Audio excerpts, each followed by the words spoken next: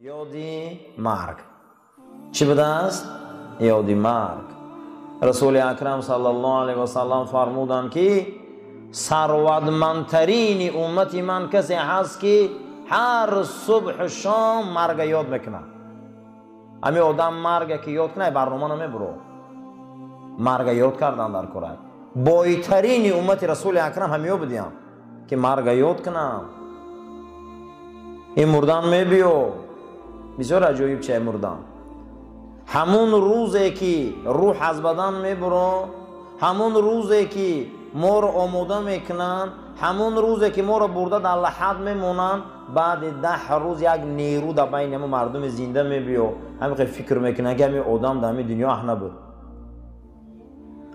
در یاد مونه میزنم یکان آدم 1 سال پیش مردگی را فکر کن که میگه همین دنیا آمادگی نیست. آخه همین فکر کن همین دنیا رو تسر رو بود میکنی. همین گذشتگی ها همین مراتبه فکر کنیم خیال میکنه که باید همین دنیا آمادگی نبودن. اهلی دنیا نبودن، همو جا نبودن. حضرت ابن عربی هم در تفسیر همین آیه مرگ میبیاره، آیت های مرگ ده میگه همین عجایب است میگه انسانیت. با تگ قبرستان بعد عصر گذشتن ده پاش لرزه میگیره که تگ قبرستان قدر نگذره که اگه عجینه و ارواح یارو نشوه بو. شب میگه میگذره میگه قبرستان رو میبینه میلرزه، گور رو میبینه میلرزه. لیکن این دنیا میگه موقتی، خونش همون جای، میگه خونش میترسه، خونه ابدیش همون جای. بعد عصر نشوه گذره که اگه عجینه برویه میگه اون جای خونه اساسی. میگه من حیرانم برای انسان ها، من حیرانم میگه برای انسان ها که از خانه ابدیشان میترسن، از گور کندن میترسن، درنی گور در آمدن دا میترسن. مبادا که بدر قبرستان نگذارن که اون بیمار نشوند. اما میگه یک بار فکر نمیکنن که جاشون همون جای اخی. اما این خرابخانه را امارت میکنن، این خرابخانه را تعمیر میکنن، این خرابخانه را رنگ میکنن، این خرابخانه را دوادو میکنن. لیکن همشون میمونن و میرن. حضرت ابراهیم ادهم میپرسن، یک مرد سواره میبیا که ابراهیم ادهم از ملک بلخ بیرون برآمده است و میپرسنش که السلام علیکم، ای مرد خوبی؟ میگه خوبم. میگه یک جای آبادی در کارای ما. حضرت ابراهیم ادهم یک مرد سواره میپرسن، این میگه که اینا همون طرف میگم جای آبادی هست و همون رحمه فروی تیپه را میبره که قبرستان کلانه.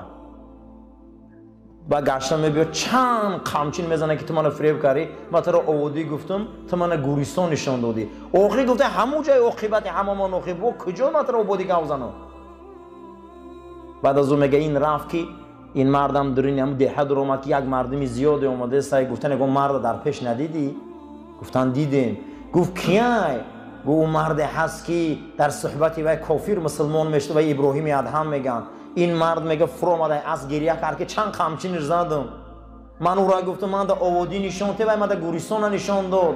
ای مردم این آبادی و همش عاقبتش گورستانه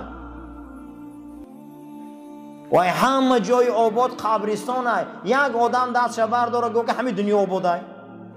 همین آینده ما کجا میریم؟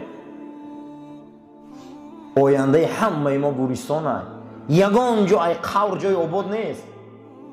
لیکن نمیدونم چرا این قبر تعمیر شده قدر سهلنگاری میکنیم، سستیم. حضرت سلمان فارسی میگه پیش جناب پیغمبر اومدن صلی الله علیه و سلم، حضرت از کتفم قبید گفت سلمان در این دنیا رنگ رهگذر مسافر زندگی که همون روزی که صبح بامداد نمازش خواندی هم زندگی که فلا تنتظر المساء، تو به شام نمیرسی. شام که نمازش خواندی فلا تنتظر الصباح، هم زندگی که به بامداد نمیرسی. انمی زندگی را که سلمان برای همین هر انسان خواد دنیاش آباد شوه او باید یادی مرگ داشته باشه. فکر کنه یه روز نه یه روز ما میگذاریم، یه روز نه یه روز ما میریم. بعد خفه میگن که همین آدم در بین ما نبود. دیگه همین گذشته ها را یادم نمیکنیم. میگم همین انسان اومده بود بین ما، نیومده بود، همین تولد شده بود، همین که آدم بود یا نه.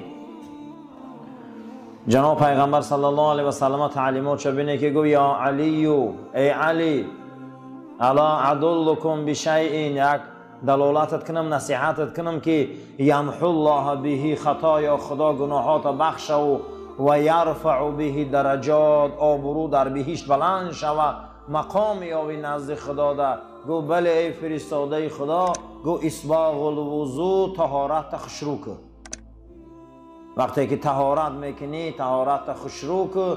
بعد از او گو که کثرت الخطات الی المسجد، به سوی مسجد بسیار قدم زن. سیوم گو منتظر نماز در نماز، وقتی این نماز میخوانی این نماز منتظر نماز نشستن گفت آبروت نزد خدا دا بلند میکنه. این سه کار گناهات محو میکنه خدا. خشا به حال آدمایی که منتظر عبادت میشینن. اسلام بسیار دینی بزرگ، ما را تربیت های بزرگ میکنه. ما برای همین روزای جمعه درباره اخلاق گپ زدیم، خیلی درباره دنیا گپ زدیم، درباره راههای دنیا گپ زدیم. از همه نعمت بزرگ در دنیا همین بوده است که دنیا را به چشم آخرت بینی. کسی که دنیا را به چشم آخرت میدیده این سرشوی زندگیش بوده.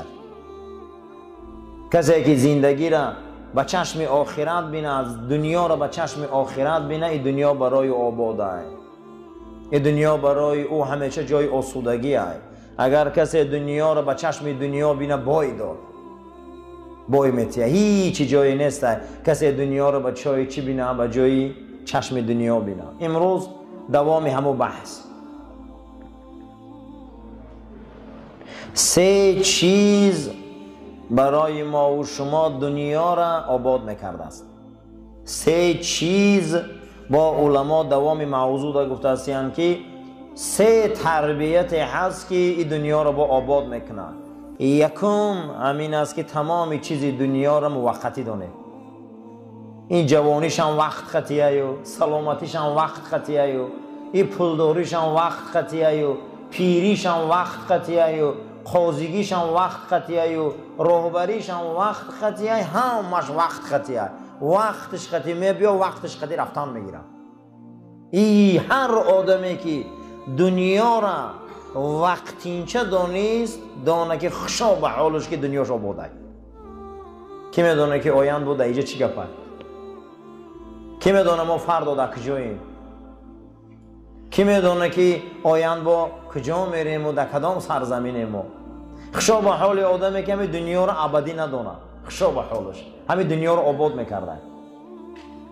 غنیمت دان، غنیمت دان عمر و بندگی که غنیمت دان عمره.